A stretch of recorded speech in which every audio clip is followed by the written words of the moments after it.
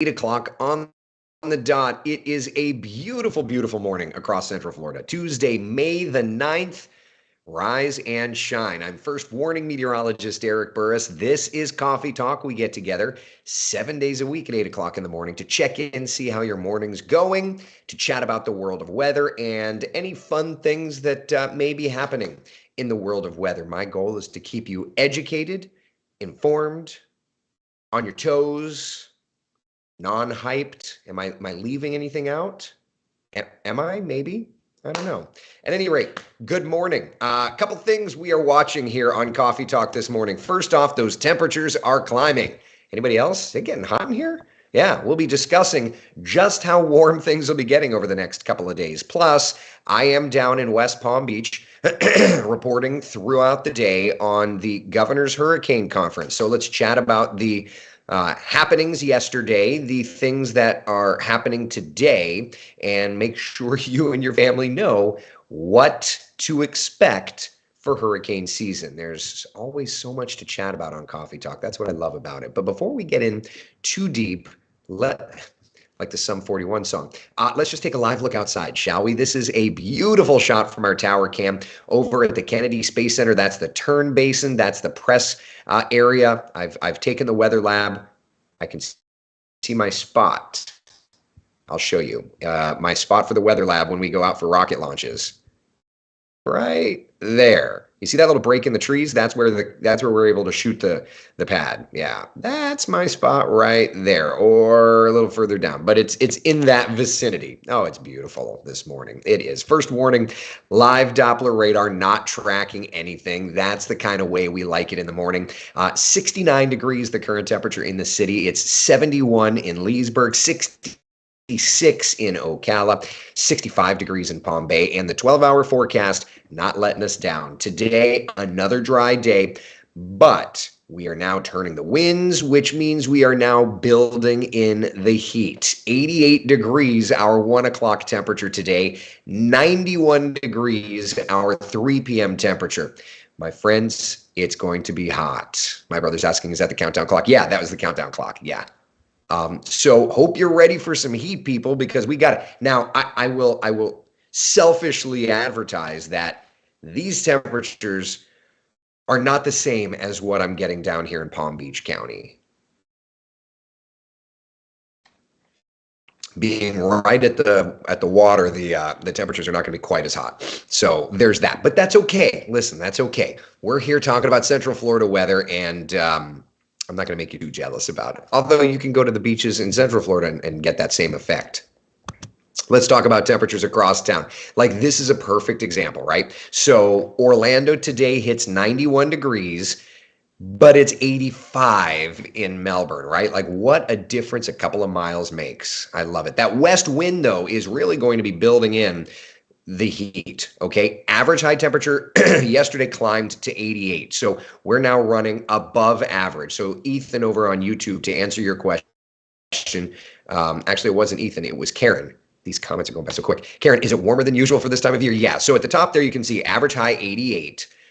We're hitting 91 in Orlando. So yes, it is above average for us. Look to Wildwood, 93 degrees. Yeah, and this west wind is going to start to bring up the moisture excuse me, little bit by little bit over the next couple of days' time. So what that's going to end up doing is that's going to end up giving us our afternoon shower and thunderstorm regime for today. And this is the way to tell that, the muggy meter. So for today, dew point temperature 62. Still feeling very pleasant. We're not getting to summer levels yet, but Wednesday, Thursday, Friday, you see that dew point coming up. We're still comfy. But yes, those temperatures, those dew point temperatures are coming up, and that's going to mean more humidity and more moisture, more opportunity, essentially, to see showers and thunder showers. So what's the overall weather pattern? We are looking gorgeous today. It is going to be a hot one. But notice there's kind of this interesting little scenario happening. So tomorrow, there's a frontal boundary moving in. It will make our pattern stormier, okay? Ahead of that front, though, we're going to get just straight up disgusting hot. I mean, it's going to be hot, H-A-W-T, hot. Okay, and we'll talk more about the heat in a minute, but that front does eventually kind of push through the area, keeps us stormy for Thursday. And then as that front kind of clears us out, we're going to watch the storminess little by little by little push further and further south. So when we talk about the rain chances, let me type that in. Give me 2 seconds. When we talk about the rain chances the next couple of days, there you go. For today, we're looking nice and dry. But for our Wednesday, our Thursday, and then particularly in our southern spots on Friday, we're going to watch those rain chances go up just a little bit, okay? Now, for your planning purposes, we've got Futurecast to take a look, right? Let's take a look, okay? First off, here's Futurecast for now. I mean, you know, it doesn't take a meteorologist to tell you it's gorgeous out. And through today, we'll add in a little bit of cloud cover. Model trying to throw a sprinkle at the beach. You know, the atmosphere may be a little too dry, but a sprinkle or two may not be out of the question. Here's tomorrow morning when we chat on Coffee Talk. Looks good, but notice as soon as we get into the afternoon with all of that heat energy, and again, we'll talk about the heat in a second, but let me just, 1 o'clock, 1:30, 2 o'clock, you can see how Futurecast starts getting active, and then by 4, 5 o'clock, showers and kind of thunder showers around. And look at that. Your sea breeze collision tomorrow, at least according to our Futurecast model, looks to be over Sumter Lake and Marion counties, the areas that most desperately need the rainfall. So we'll certainly take that if we can get it, right? All right, then continuing on, moving into the metro area. That's Wednesday. And then Thursday, morning's looking good. But there into the afternoon, firing up showers and thunder showers and kind of streaking them through the rest of the metro with another western area sea breeze collision. So little by little, we're kind of storming up this overall weather pattern just a little bit, okay? Now, that's the rain part of the forecast. What about the heat part of the forecast? This is the part that may surprise you. Let's look at tomorrow. Okay, here's the forecast high temperatures on the left. On the right, the records. We're not expecting records, but let me tell you something. We're going to be at least in the ballpark. It's going to be a toasty day. Yeah. For what it's worth, it's going to be a toasty day. 98's the record in Orlando. 93 is the forecast. So thankfully, we're not going to be there, but we're going to be well above that 88-degree average high temperature.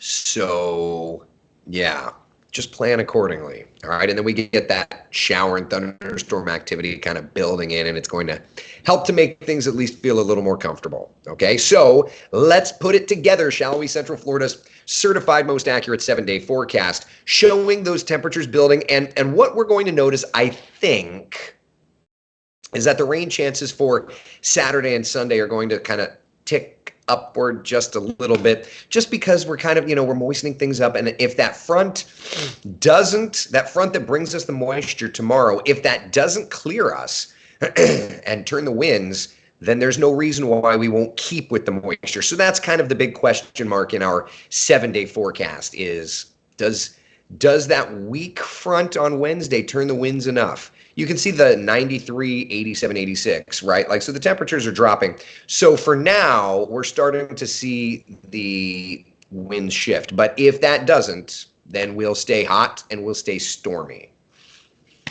Yeah. Good times. My pain in the neck brother. Can I ask who certified it? Yeah, it says it right there on the graphic, top left corner. It's certified by WeatherRate, which is a company independent of WESH and of Hearst Television. They literally monitor forecasting around the country and certify stations that do the best. It's as simple as that. So yeah, that's how we are independently certified most accurate. Good times. It's not just something we made up. I promise you. And you can look up WeatherRate online and find out more information about them. So that's where we're at in terms of the local forecast. Any questions, comments, concerns, my friends, before we move on and talk a little tropics? Is it silly to do that?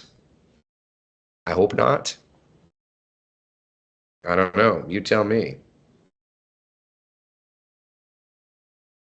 I don't know.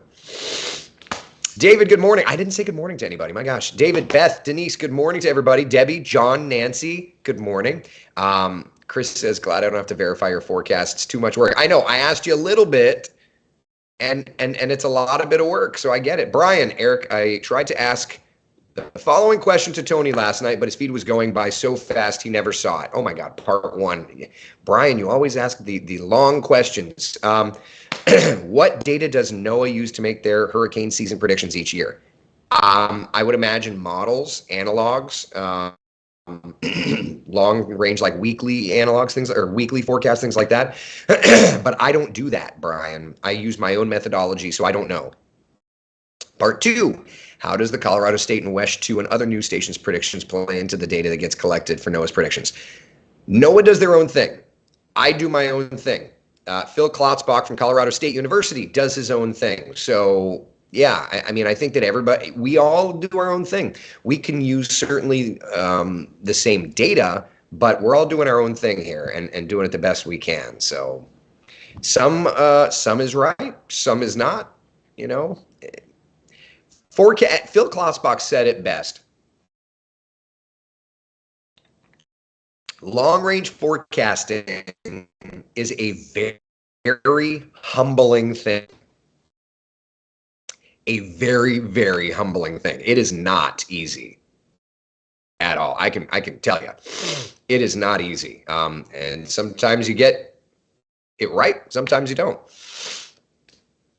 Sabirs, can you show the BSR when you can? Yeah. So what we'll do is we'll look at the GFS model and just kind of see what it's saying, and then we can look at the BSR and compare. Does that sound good? All right. Any other questions about our local forecast before we move on?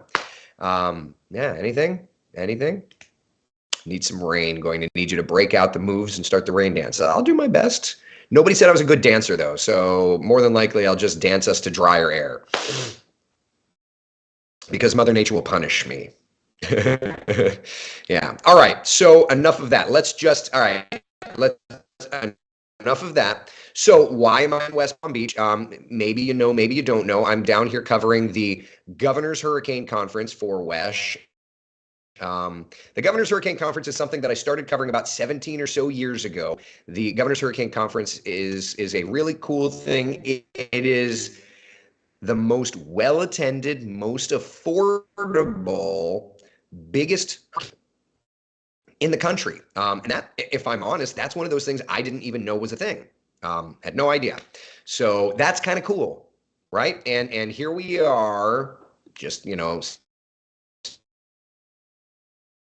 14, 21. We're in the ballpark of time. So there's that. But the Governor's Hurricane Conference is going on down here in Palm Beach County, and we wanted to get a chance to chat with local emergency managers and see how are they benefiting from attending events like this. And so we spoke yesterday with Alan Harris. He's the emergency manager for Seminole County, and chatted about how, the kind of joke of it is that he gets so much out of these types of events that his staff always gets feisty with him because he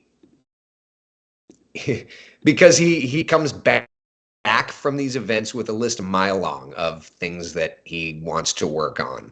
And so to me, I think that that's great, right? At the end of the day, those kinds of things, when you get a bunch of first responders, emergency managers, and community leaders, it could be from the school districts, it could be from I've seen utility representatives here. And so what you end up seeing is people that are making a difference in their community and having the opportunity to learn from each other. It's really a fantastic thing. So yeah, it's good. It's very good. So we'll see what today brings. Today, more classrooms, sessions. Today, the National Weather Service folks are starting to really dive deep into the science of it all. I got a chance and chatted with a couple of the National Weather Service meteorologists from the Tampa office, chatted yesterday, and from the National Weather Service in Melbourne. Will Ulrich is there, and so I told him I wanted to bother him today and put him on TV. So we'll get a chance to chat with him. And one of the neat things too is today over at Palm Beach International Airport, the P-3 Orion is showing up, the NOAA Hurricane Hunter aircraft, and it's going to be open to attendees that signed up for that, and they'll have the opportunity to take a tour of the aircraft, chat with hurricane hunters, and get a better idea of what goes into hurricane forecasting. And that's the thing to me that I think is so invaluable. It's not just the shaking hands. It's not just the getting a chance to meet new people. It's getting the chance to dive deeper into the knowledge.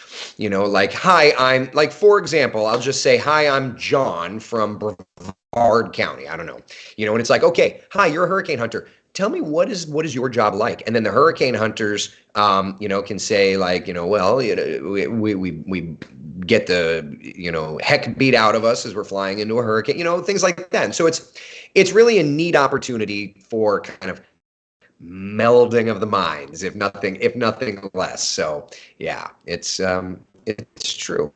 But as I always say, and I said this yesterday on my live report yesterday at noon, your emergency officials, your community leaders, they're getting ready for hurricane season. We are 23 days away from the beginning of hurricane season, right? So they're getting ready.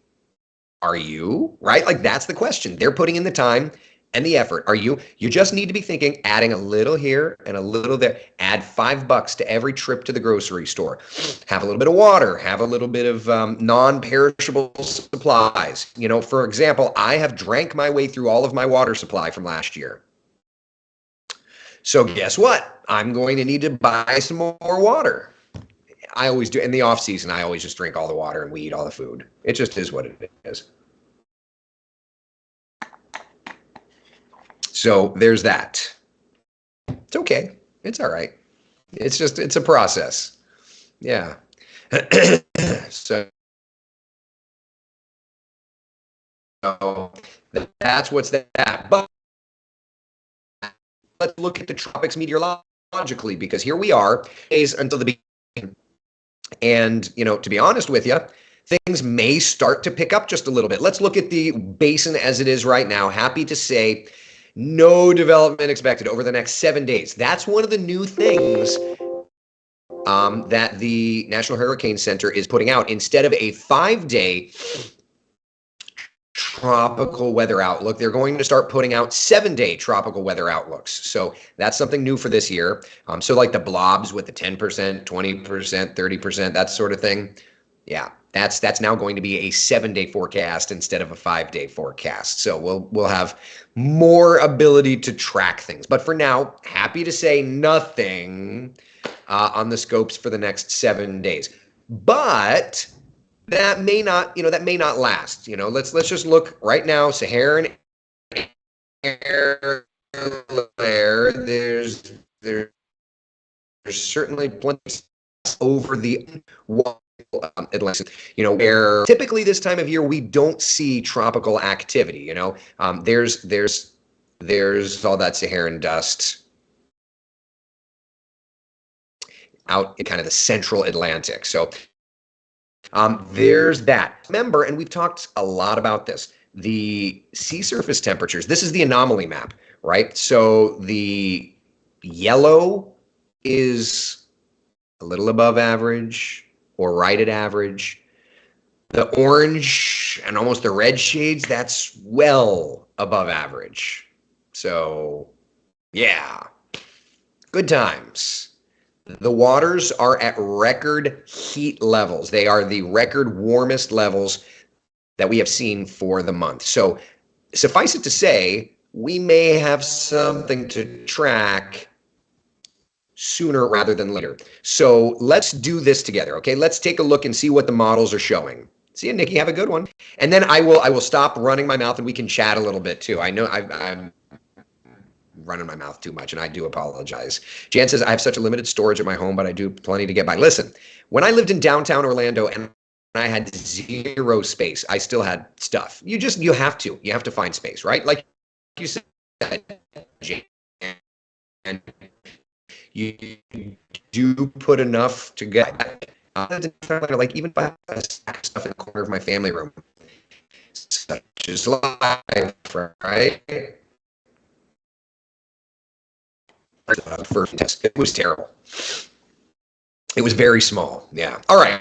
So this, let's look together the raw GFS, and what you're looking at, and if you're new to Coffee Talk, worry not. We will be looking at this a lot during hurricane season. But this is the raw GFS model, and what you're looking for is mean sea level pressure normalized anomaly. Orange here, the blue shades that you see here, that is lower pressure, and typically blue means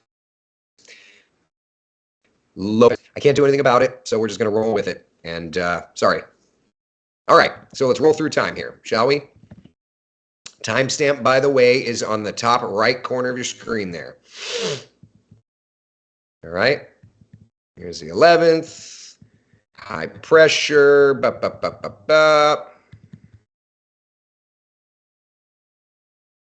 All right, lots of high pressure getting in, looking good. Right off the bat, first thing that I'm noticing here, yeah, it's a poor internet connection, guys. I'm doing the best I can, and I'm here. If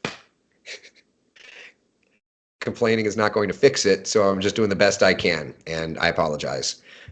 All right, so this is Thursday, May 18th. Now, I do want to point out that you've kind of got a couple of things happening here, okay? So on May 18th, and let me just pop this up. All right, so in that time frame, you've kind of got this Carolina storm system, and then there's this like Gulf feature there. So this is the long range forecast that I put out at the beginning of March. So the week of the 14th through the 20th, the models are showing a Carolina storm system, and then the 21st through the 25th, I've got a Gulf Coast low. I think the models are trying to digest that, because what you end up happening is you've got your coastal Carolina thing there. That's the 17th, and then there's your little Gulf Coast thing.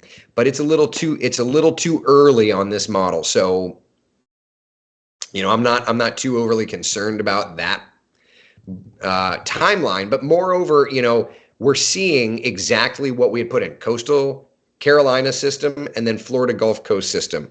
And there you go. They're showing up. Now, I also think that low for the Gulf Coast system is a little too far south. If you look at where I highlighted that part of the weather pattern really does want to favor a little further north. Okay, so this is the forecast that I put out months and months ago, back at the beginning of March 1st. So that's the kind of trajectory there. But the model's trying to develop it a little early. Oh, you can't see that. My bad. Give me 2 seconds. There we go. Okay. So I think that's the area there that we're going to be watching for the Florida West Coast system. May 21st through the 25th is when it should be cycling through. That's May 18th showing a low in the area there, and it's too far south. So again, models are guidance, not gospel, but it's showing up. And then as that moves out, we kind of start to watch for something out near the Bahamas. You can kind of see it there. But again, that's the 22nd, and that's early, because the time frame for the East Coast system, which happens to be the Nicole recycle, that's the 22nd. It should be the 29th. The model is just too early still. Models are guidance, not gospel, though. We understand that. So we'll be watching to see how this all plays through. So that's the GFS as it stands right now. Let's look at the European. Give me 2 seconds to dial up the European.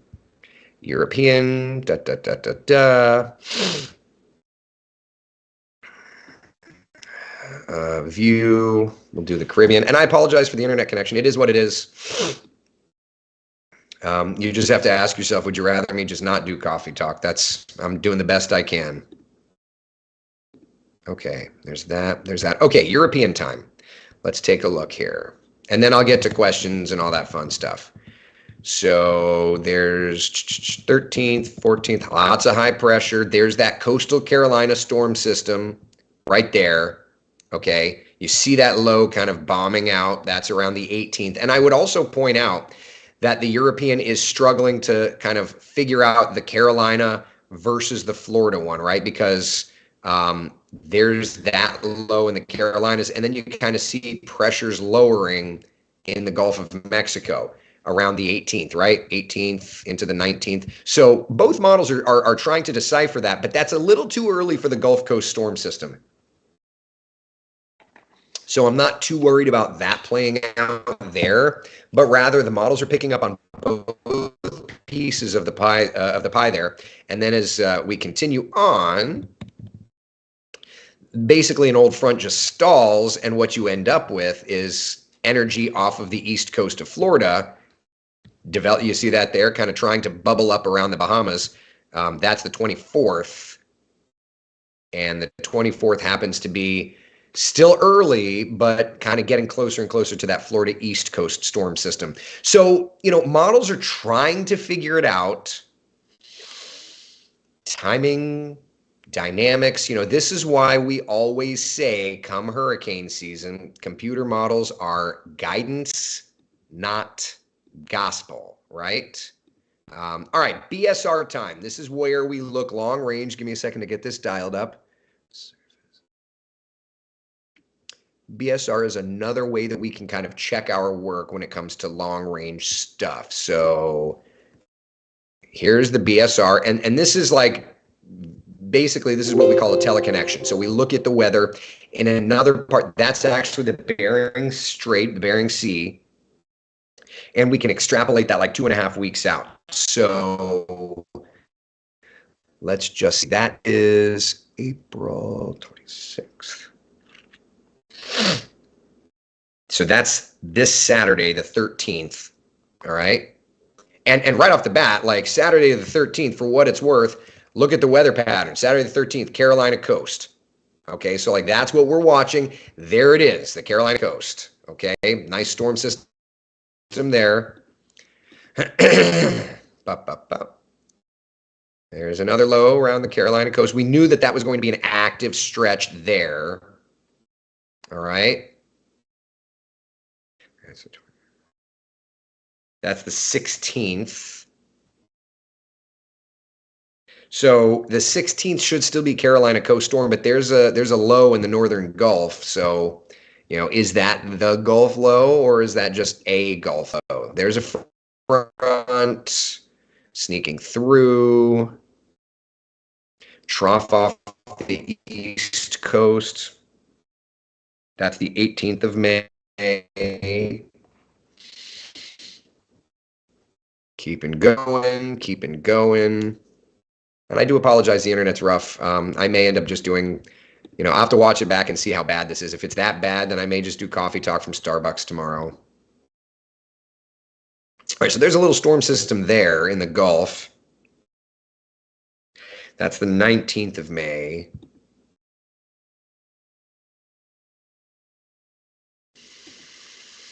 But then see, like, there you go. There's a genuine low there in the Gulf of Mexico. That to me would fit May 5th. That's the 22nd. So that fits, that low there actually fits the Gulf low part of the pattern.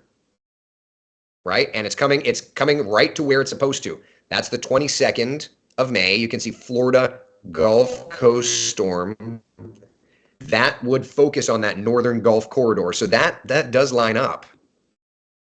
There's another Gulf low. Actually, that may be it right there. You see that? Because that's probably it. That's like the 23rd or 24th.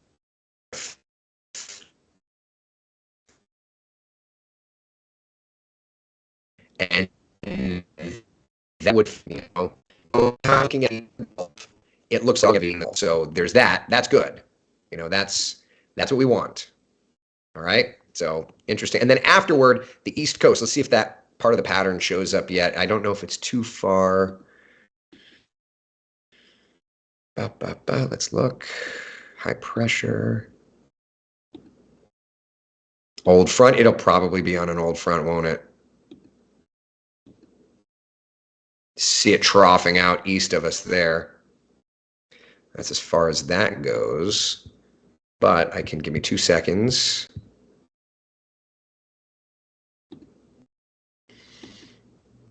Yeah.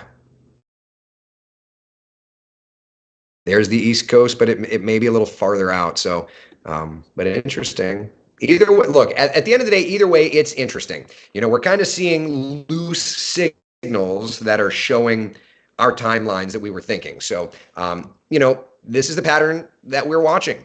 That's the May forecast calendar that we put out March the 1st. So we'll have to watch things closely. Yeah.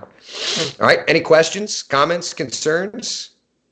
What would make certain states a target area each season? Some years, Texas, Florida, the Carolinas. Linda, it's the pattern, and the pattern changes every year. So, yeah. Jessica says it's still all understandable, just has that little bit of techno funk.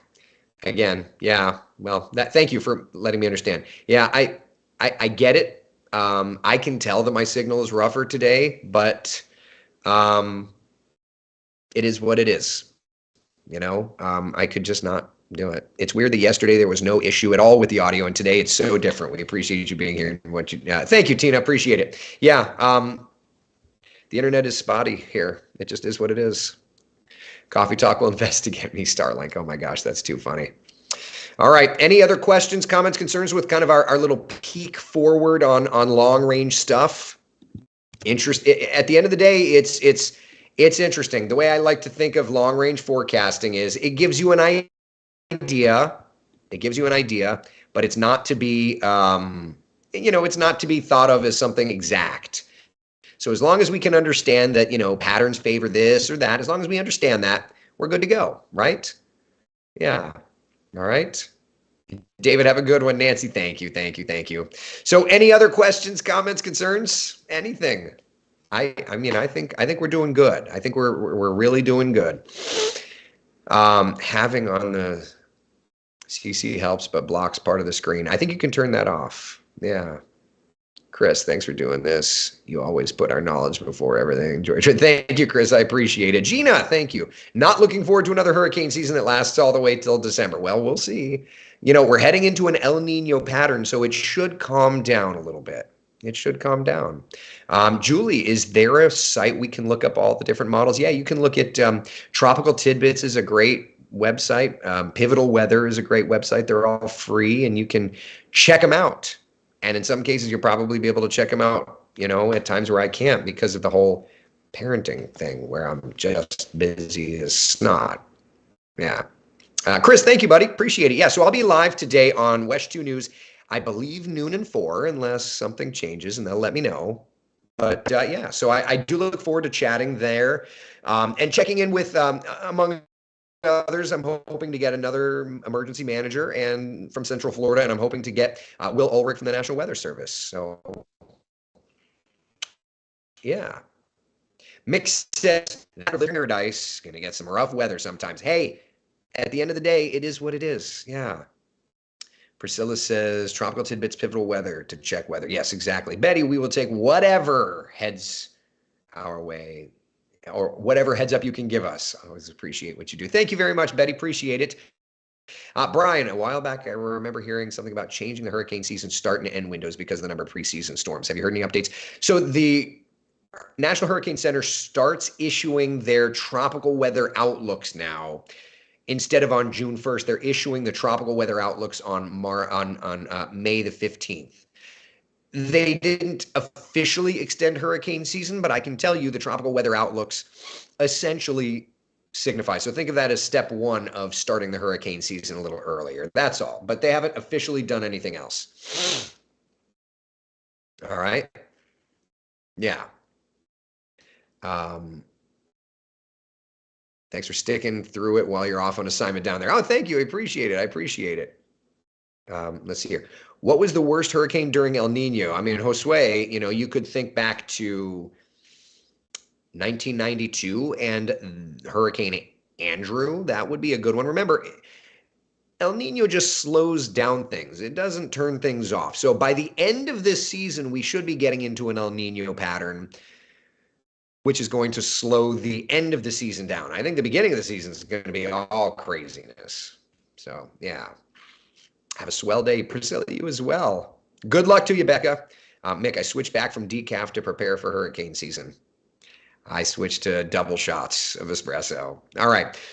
So I think I should be able to do another afternoon coffee talk. So we'll see you at 3:30 for an update.